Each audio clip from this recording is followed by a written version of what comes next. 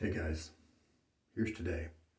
I don't usually have grooming department on the menu here. I don't have too many other soaps. The few that I have, they do perform well. We're going to try the Lusso base. It's Italian for luxury, and Molten is the scent. Smells good to my nose, dry from the tub. Got it in a lot purchase, and so if I like it, then that's just kind of an extra bonus, right?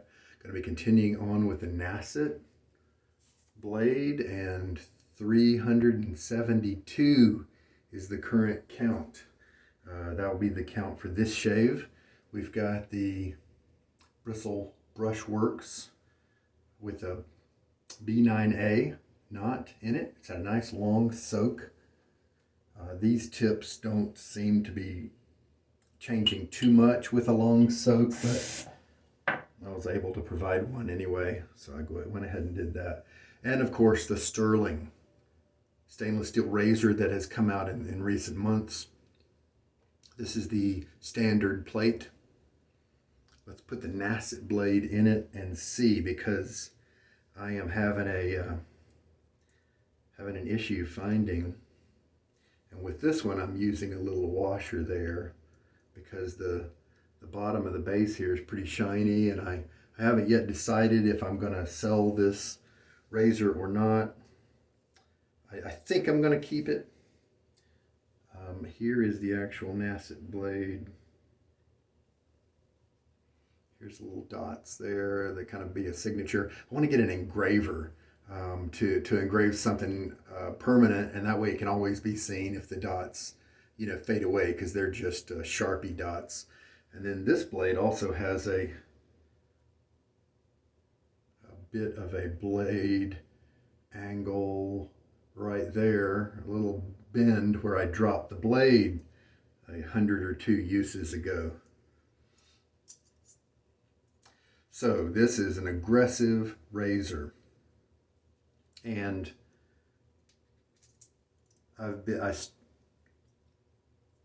during the use of this, now where'd my little, see, the reason I don't use those little washers, they're kind of a pain to keep track of sometimes. Even though it can keep the razor looking pristine, I usually don't think it's worth the hassle. Okay.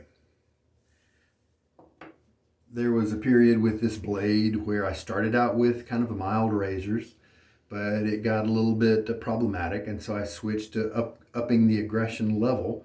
Went through a lot of those, and then the last, 50 uses, 70 uses, I'm not really sure when, I've been able to go back somehow to other razors that, and revisiting them and getting a different experience, a better experience. Still nothing like a nice crisp under 30 uses blade, but blade razors that previously weren't giving me a good enough quality shave, now I've been able to use them. And so that's why in recent uses, especially just a few ago, I was shaving with a Carve A plate, which is a mild razor. I couldn't remember which Carve plate was giving me some success. It might have been the A, but I took a few month hiatus now, and it doesn't seem to be the case anymore. I don't know if the blade has changed over time. I always keep it dry, so it shouldn't have rusted. I keep it in paper, so there shouldn't have been any moisture staying on it, that sort of thing. So now we're taking a huge jump in aggression. We tried the Fatigué Open Comb last shave. I've got 1.5 days of growth on my face now, and we'll see if this Stirling can offer something different, because it is definitely more aggressive than the razors I've used so far. Now this has a bunch of room around the puck, so it's obviously done some shrinking. It's got birch tar in there that's really jumping out at me, and I love that scent. There are some other pieces to it, and when I first copied the list from Try That Soap, I thought it wasn't very many, but then it's actually eight pieces, 8 notes for this. We'll talk about those in a little bit. Now, because it's so pulled in from the walls, maybe it got put in here before it really had a chance to cure a lot, or maybe it's just been a very, very long time since it was used. I'm not really sure, but I'm going to assume it's kind of dry, and I can press it and make an indentation with my finger. I have to press medium hard to do it. It's definitely not a cream, that's for sure. So maybe 40 seconds of loading, since it's possible it could have been a while. Hey, a special treat. When I first started years ago, somebody was kind and sold me this salve from Chatillon Luxe. And this is the Gratiot League Square. And they don't really do the salve like this anymore. And I am going to have to, probably one of the reasons they don't do it anymore is because it would separate. You can kind of see the yellowy liquid, and then there's the thicker stuff below. But it's not really a big deal in practice, because you can just take a toothpick or something small and whisk it all up together, and I'll do that. So I have one of these little toothpick kind of flosser things, and it just really doesn't take too long. And this is more like a butter, really. The scent is just wonderfully strong with these salves here. It's a little more high maintenance, where you not only have to reconstitute it every once in a while, but when you use it, what you do is you take a little bit and let it melt in your fingers first before putting it on. You don't spread it on right away. And then once it's kind of melted in your palm or fingers or whatever, then you spread it on your face. Man, is it nourishing. Whew. In terms of hydration, you really feel very hydrated, and it looks it's definitely liquidy right now. The ambient temperature right now is kind of, in this room, is like 77 or 76, and so it's possible it may need cooler temperatures to look right, or something like that. But I'm sure it'll do a good job for me when it comes time, so we'll give that a little pre-mix there. All right, we'll get my face wet, and then we'll start loading up the brush. So 45 seconds, that sounds like a good number. Shaking out a lot of the water. Starting at the 50 mark, so we'll go to 35 on the next minute, and we'll just see how everything looks. It is not bubbling up right away, so that makes me think it was wise to choose a longer load time. Now I do see some little suds in there. If it looked drier than that, then what I would do is pause and add maybe half a teaspoon of water.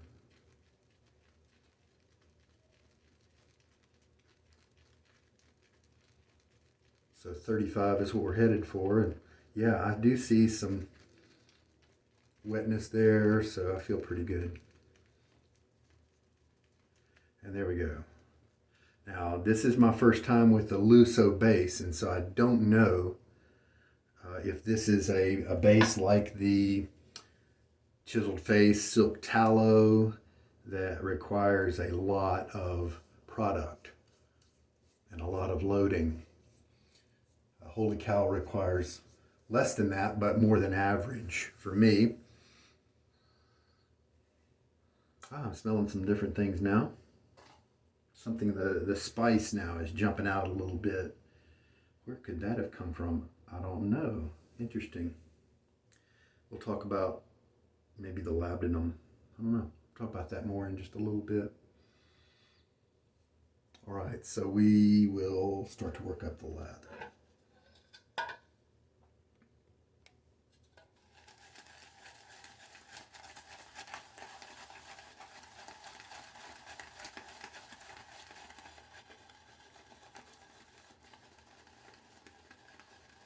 So here are the notes: lemon, bergamot, birch tar, acacia, cistus labdanum, malt, vanilla, and oak moss.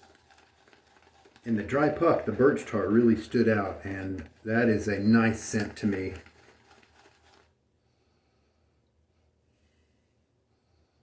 The vanilla is minor. Not really smelling too much of the lemon either.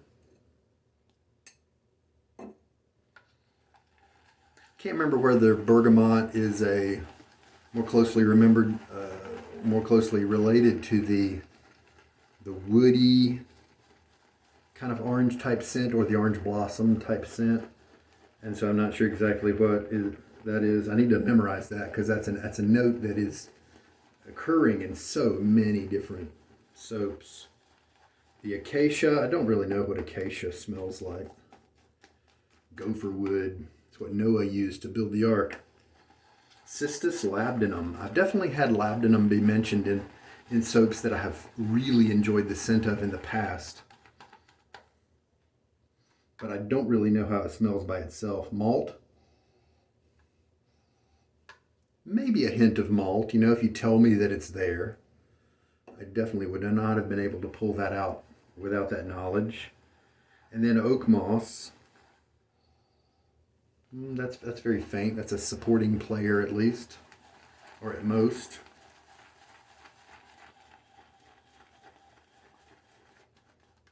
I'm encouraged to see this amount of lather. I don't feel like I've underloaded.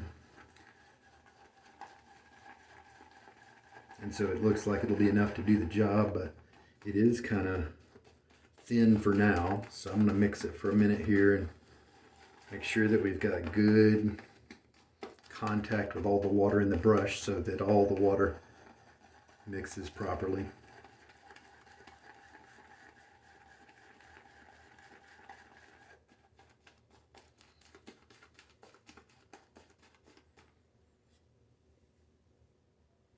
Looks pretty good. Probably take a little bit more water. I had very good results with, there was one called a grooming department soap called like Kadoofi or something like that. Kalafi that I enjoyed. There were a couple that had pictures of ducks that I enjoyed, and I enjoyed the performance in all of those soaps. This Lusso I was reading, and it has milk from Jersey cows in it, in addition to beef tallow. And so I believe that's what the Lusso base might be known for, might be characterized by. I looked on his website, and there were not all that many soaps with the Lusso base that were currently active on his site. Oh good, yeah, see it's thickening up a little bit. That's encouraging. Let's add a little bit more water. Right now we're looking at about 20 milliliters, 4 teaspoons added.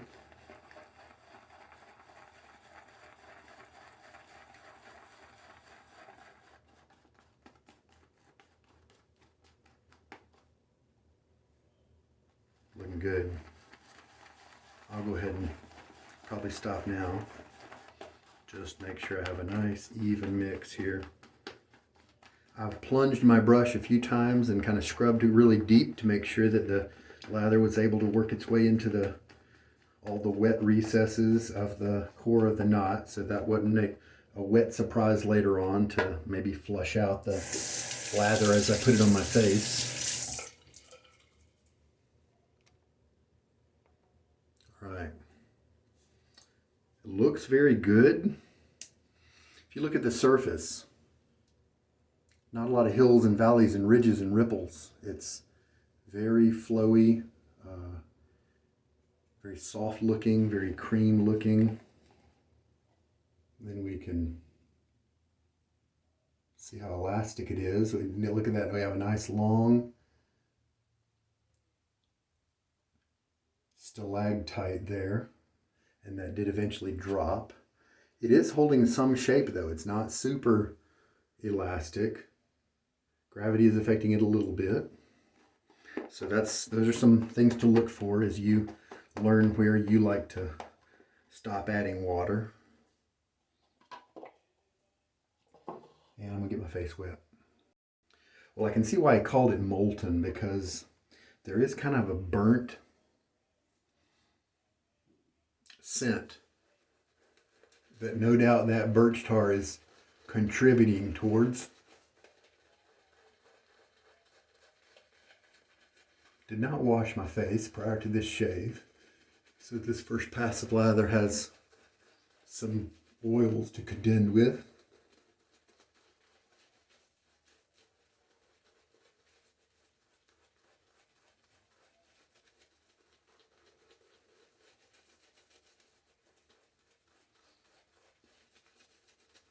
The backbone on this B9A is almost where I like it. It's a little more stiff than I might prefer, and the tips aren't super soft. It reminds me of the two-band Thader brushes that I have.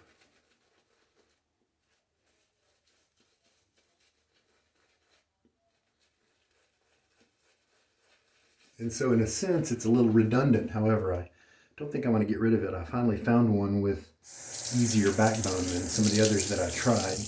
And this is not going to be a batch that's going to be, able to get in the future very easily because of he's moved on to batch 11 now. And I think the B9A just wasn't selling very well, and so he modified and made the B9A Plus, where I think he took the B9As that weren't an excess of the B9As and treated them some more to make them more jelly. I could see why he did that. His crowd kind of likes those gel tips, and this is not that kind of brush, which is kind of why I have gravitated toward it more so than some of the other people. And more so according to his other brushes too. I like my B5s and B4s. Those are more relaxed and don't have tips that are super jelly. And so there's a small subsection of declaration knots that I'm a fan of. Well, yeah, I'm a fan of, but to say it properly, what I'm saying is that just match what I like, match my preferences. Obviously, he is selling brushes like gangbusters because there are people out there who love higher backbone brushes with really jelly tips and very high density. So we have a layer of soap on me. Looks like the consistency of the lather was probably right on point. I have no idea what to expect with this Nacet. If it was in use number 100 or 150, I could probably predict that I would get a decent shave from it, because I was using aggressive razors at that time with much more success. The Charcoal Goods level 1 that I had and the Timeless 68 open comb, a very different base plate for me than the 68 solid bar. Radically different in terms of aggression. I couldn't even use the 68 open comb with one shave, even if I had dense growth. It was just so aggressive for me. But when I put in a high use blade in it, I was able to use it for, 50, 70 shaves during the course of this very blade's life.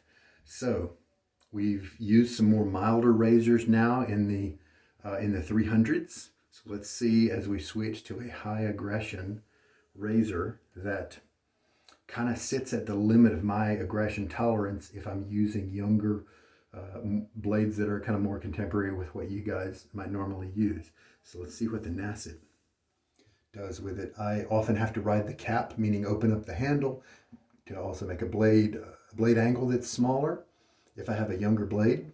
Let's see how I'm just going to approach it. Since I know this is a smoothed out blade, let's start from just normal kind of 35-degree type angle, 30-degree angle, and just see what happens. That's tuggy. Let's open up the handle angle until it stops being, see if we can get it to be comfortably tuggy, like lightly tuggy.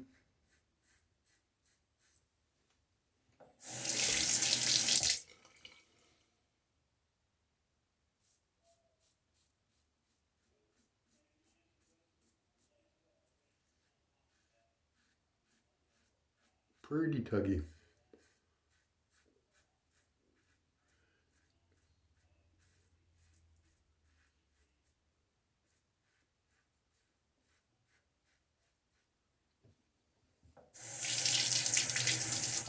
It's curious as to whether this kind of tugging is going to last me throughout the shave, where I'm going to be generating tenderness, or if it's going to be gone after the first pass. So let us half rinse. So this scent kind of like makes me feel, often I do like burned wood scents. Texas on Fire, one of my favorite soaps. The aftershave may be a little too intense for me, but just to wear for hours and hours. But in terms of the soap and the smelling like that during the shave, I really thoroughly enjoy it.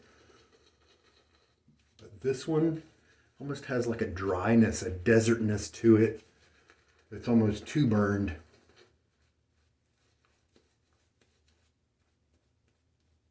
All right, see what the second pass feels like.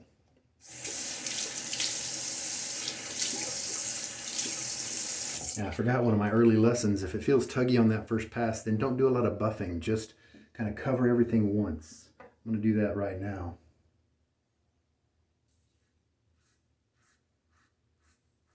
Much less tuggy. So we did get some of the stubble taken down some on that first pass. Very different experience now. Of course, this is 1.5 days of growth, so it is a little bit different than usual, but wow, that pass was radically different from the first one. Whew. And so I'll bet future passes are going to be even nicer, but I think we are looking at very gradual beard reduction here. 2 passes with this razor with a younger blade, and I was pretty much done. The hair was gone, and my skin felt a little bit irritated. Not with this blade. All right, 3rd pass. This may be the first time I've ever used this razor on a 3rd pass.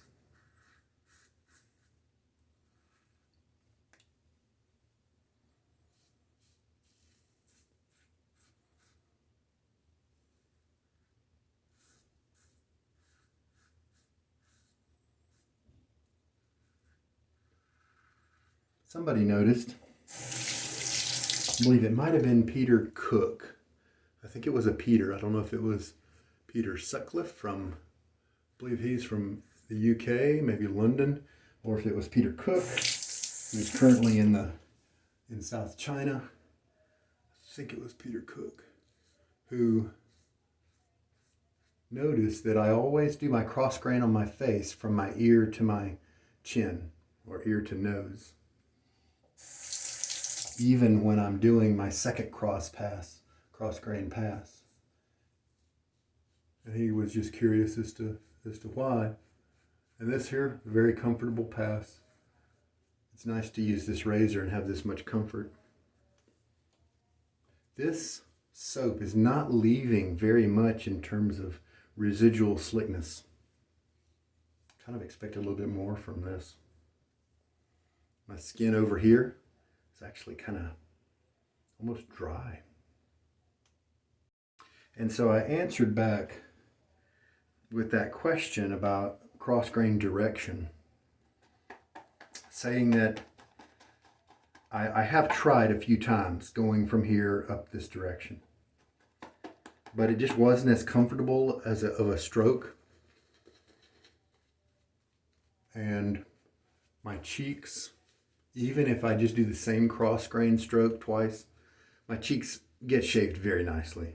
And so in a sense, there's no reason to try to work in some kind of awkward stroke and practice it enough to where that becomes a better, less awkward stroke, because I'm already getting the performance I need. But I also guessed and surmised, and I know this is the case, my hair, my stubble in my cheek areas does not go straight from north to south. It tilts forward as it comes down just a little bit, maybe 3 degrees, you know, just a small amount. And so therefore, if I am moving across this way, there's a slight against the grain.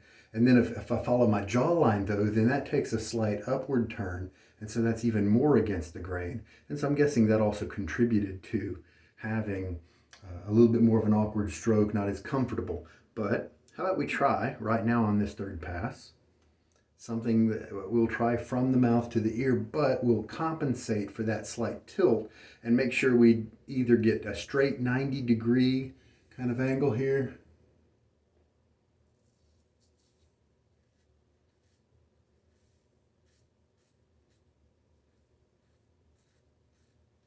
by going from the mustache area toward the corner of my jaw. That should be a 90-degree, a true cross grain. And right now that was very comfortable. Of course, I'm on my third pass, but maybe I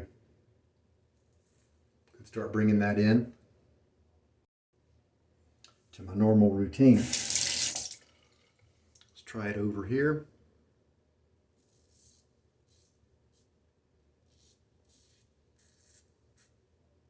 Since I don't switch hands, this is even more awkward.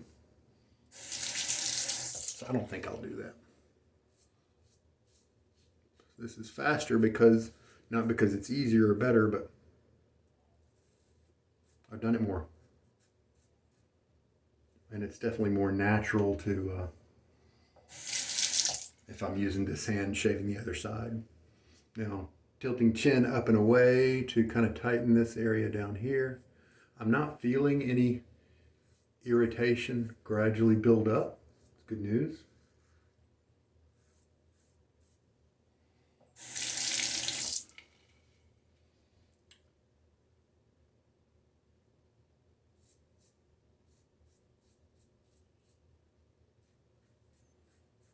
Since I know I'm going to do a fourth pass, I'm not going to do that across grain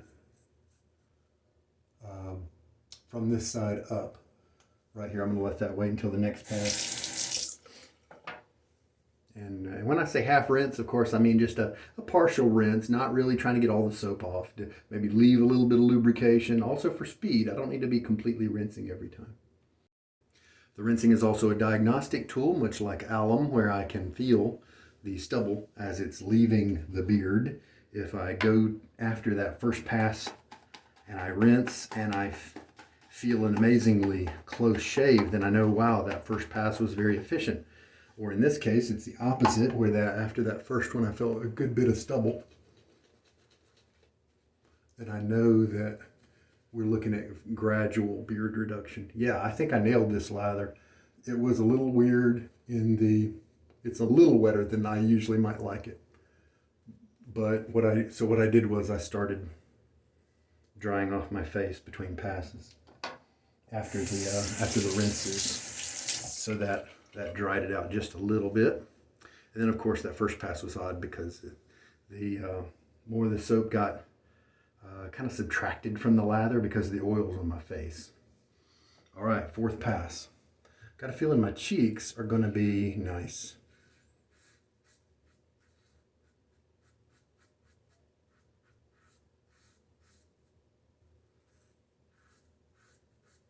Not going to have a problem with the cut on my cheeks, with the closeness, you know.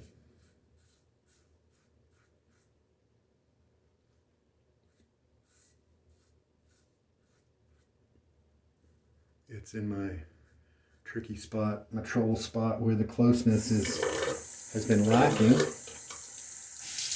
enough to where it makes me think that on this blade I could be near the final days.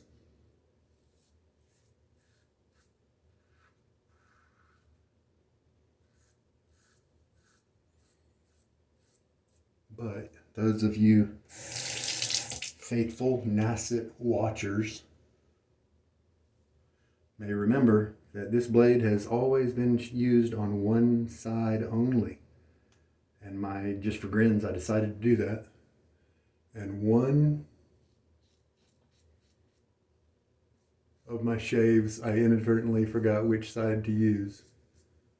And that was the only time. That's the one exception where I shaved on the opposite.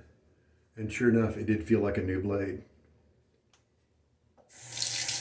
And so I believe that when the day comes and this side isn't workable, isn't as efficient, it doesn't cut me as closely, I'll flip it. Hopefully I'll get some more uses out of it.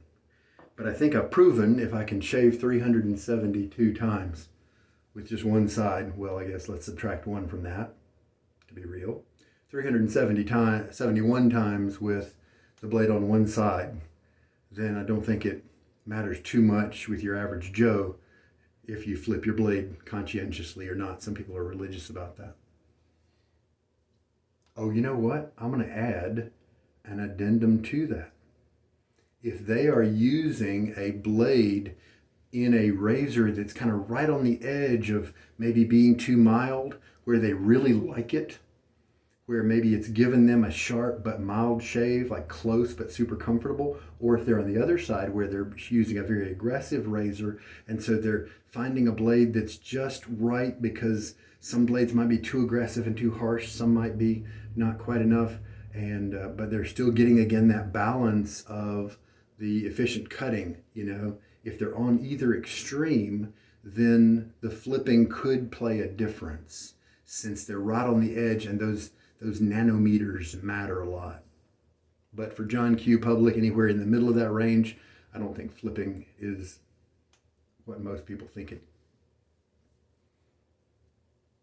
as important as most people give it credit for, or as some people do. All right, well, I've got a comfortable face. I do have a little bit of kind of like tightening, let you know that maybe this soap is drying, you know, or something like that. That kind of sensation, but nothing like tenderness or irritation yet. So I'm gonna get a good rinse. Yeah, we've still got a good bit of growth here, and so let's try what I used the other day with the Fatip, which was an against the grain pass. Now that I've hit this so many times, let's start here and go against the grain up here. This is my trouble zone, so let's try it with this razor. I think it might be uncomfortable, but we're going to try it anyway. Yeah, I am happy with the closeness on my cheeks and over here, but this definitely we're going to try. So that was 4 passes, and then here's a touch-up, and that's pretty much, I might be able to squeeze out. Yeah, I'm sure I could squeeze out. There's always more lather, right? Squeezing the brush, that sort of thing. But I'm pretty much got 5 passes of lather here. All right, let's try an against the grain pass right here and see if I get. It's been nice shaving with this aggressive razor. This smoothed out blade has made it enjoyable. So that tells me that at certain other points, like maybe 100 uses in, 60 uses in, that I could put another blade in this razor that's younger than this one, and be able to use it if I wanted to. All right, here we go. Light, careful.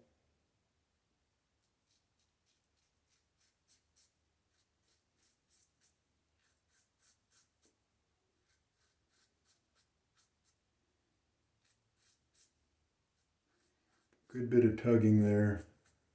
Not all that enjoyable. Looks like maybe it might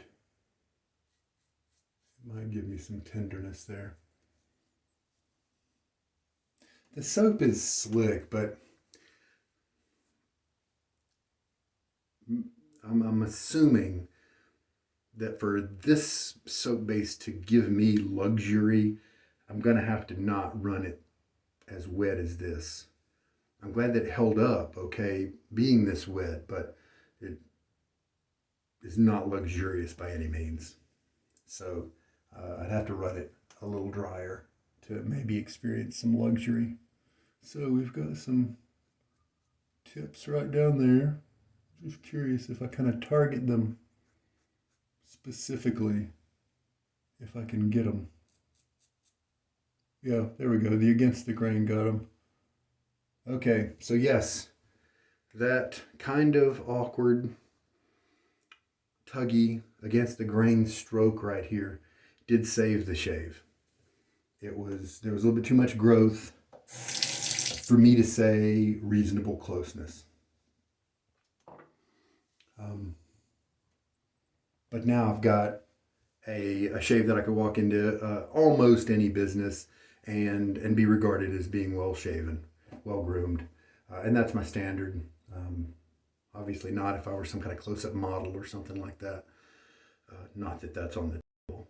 But general John Q. Public, wouldn't have a problem.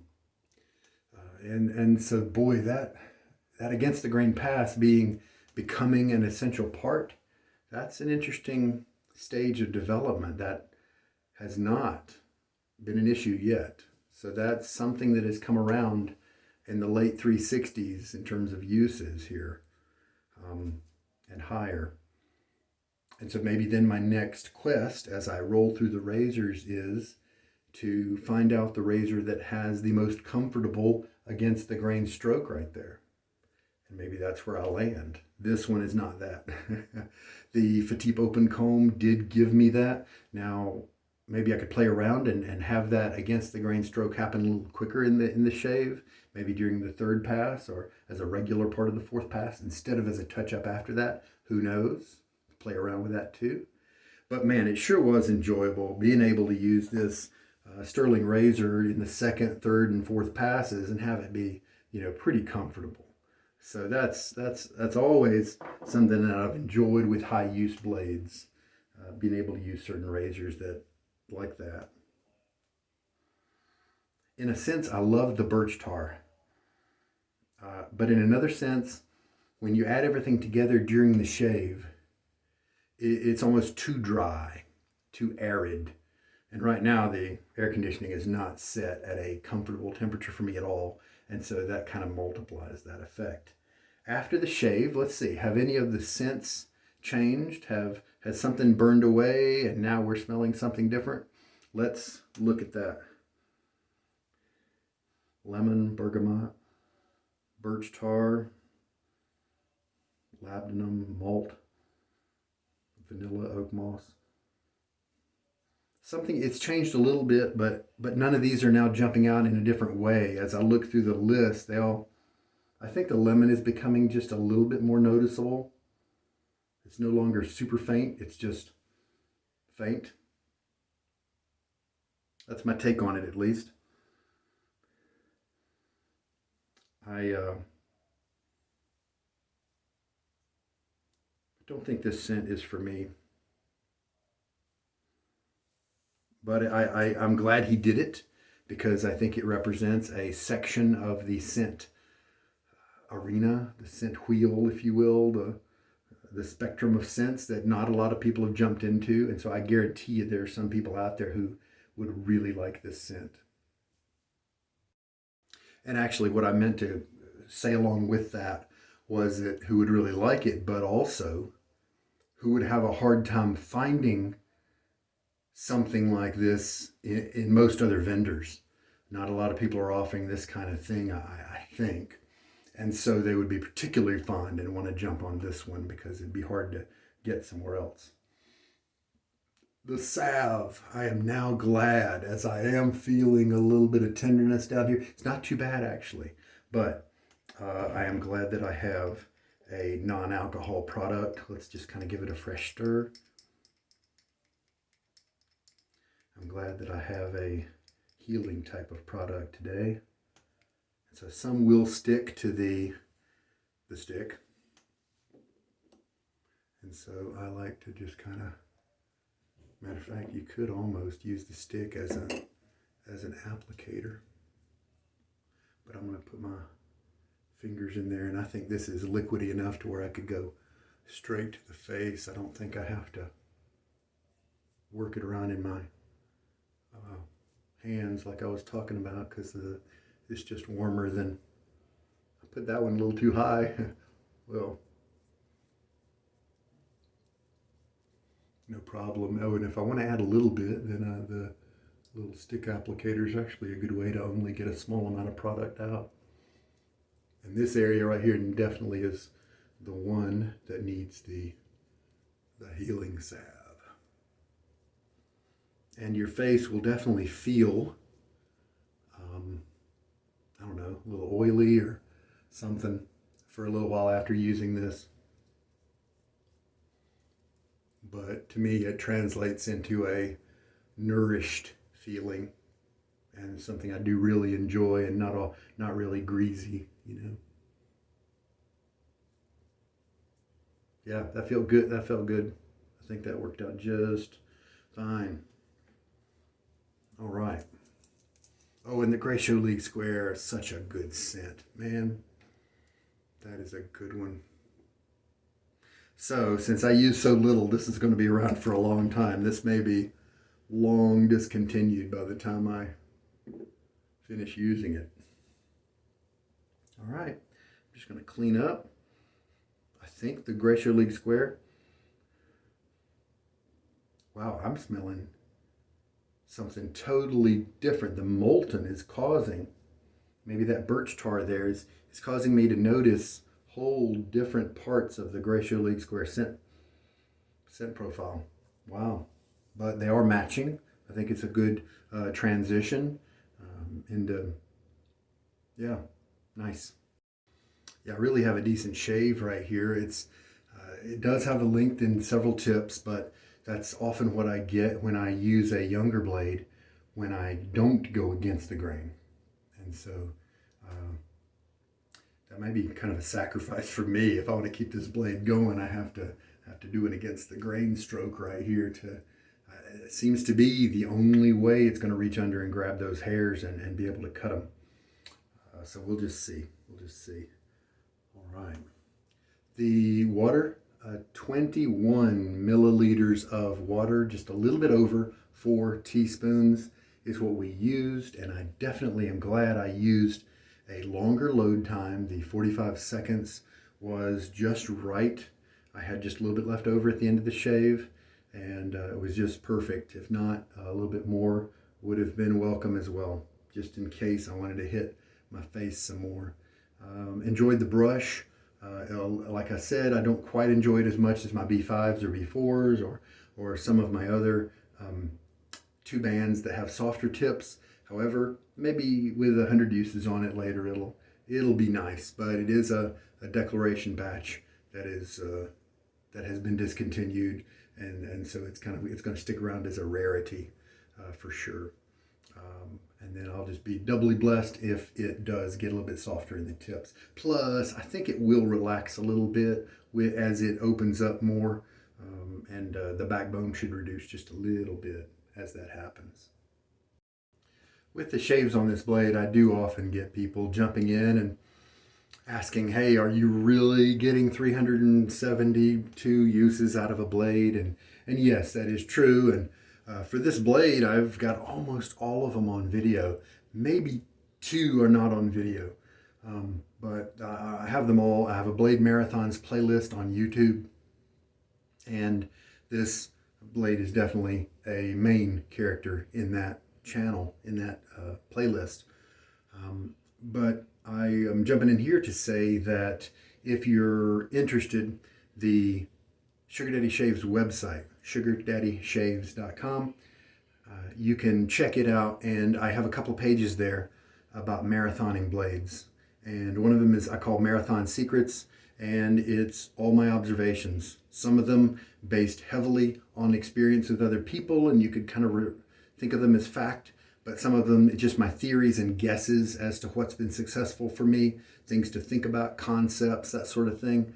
And some just outright guesses, and I have no idea if this is right, but kind of anything I know about marathoning blades, anywhere from how do you do it to what are things to look out for, that's that kind of thing. It's all on that page. I also have another marathoning page on that website that's Marathon Blades, and I'm keeping a log of any blade that I see or get reported to by reliable people that has lasted up to 100 shaves. And that list, it keeps growing, and all the popular blades are on there. And so when people look and see that it's not just a Nacet that does it, even a feather, a lot of people think that feathers are only good for a few shaves. The feather has lasted people 100 shaves easily. My current feather is on like 63 or 64, and all the rest of the big popular blades are on there. Balzano is an oddball that's on there, but you know, the Astras and the Gillette Silver Blues. Matter of fact, I think it was a Gillette Silver Blue. That's the one that Myrna 183 on Reddit in February of 2021 this year. I believe it was in February 21st, I think, is where he posted that 426 was when he was stopping currently using his Gillette Silver Blue blade. He went past me and earlier in the year and kept on going with that GSB when I stopped with the Nacet and explored other blades. And so I've got a little ways to go if I want to try to catch that. But he put the GSB on the map, but I believe it was on there anyway. But so many good blades are on there that you can't really use the excuse of, well, I don't have that certain blade, because if it's a decent blade, then it's probably been taken to 100 by somebody, or to long uses. But what I like most is that I've heard several reports of guys watching or hearing about me going so far with this blade, maybe watching a couple of videos, and what they do is they're not focused on lengthening the blade life, they're focusing on better technique. And so then when they achieve that, then the blade life starts to increase. And instead of a blade starting to tug at use number 5, it's starting to tug at use number 12, use number 15. And so then they're getting more shaves, and the shaves are better, even at the lower end of the spectrum there. And so that's what's so encouraging, is guys getting better shaves, getting better technique. That's really the high point of all this for me. All right, guys. I think we're good. I am soaking in the Gratiot League Square smell, and I'm very much enjoying it. Just got a few more things to pack up here. Again, I just enjoyed using the Stirling razor here comfortably for the most part, except for that against the grain. And of course, that first pass was tuggy. But after that first pass, I did forget about it. It was gone. And so that might make it something that I can press forward with. Maybe not with this blade though, because to get a decent shave, I got to do that against the grain pass, and I think I'll need to find another razor if I'm going to proceed on with that kind of program. There we go. So again, the molten notes: lemon, bergamot, birch tar, acacia, cistus labdanum, malt, vanilla, and oak moss. And I think it was probably a well-blended mix. Hard to pick out a lot of those individual notes. And I think there are certain people who might find this soap and just be overjoyed that they found something like it. Maybe a lot of people, it might not quite tug on them quite so hard. There is some level of spice in there a little bit, but it seems like that birch tar is what stood out to me the most. Some woody undertones, a hint of vanilla, lemon, and the bergamot is kind of what is my take on it. And for somebody else's nose might be different. All right, well, guys, bless you. This is Sugar Daddy Shaves, and I hope that there's been something in this one to help you out. Take care. Have a good day.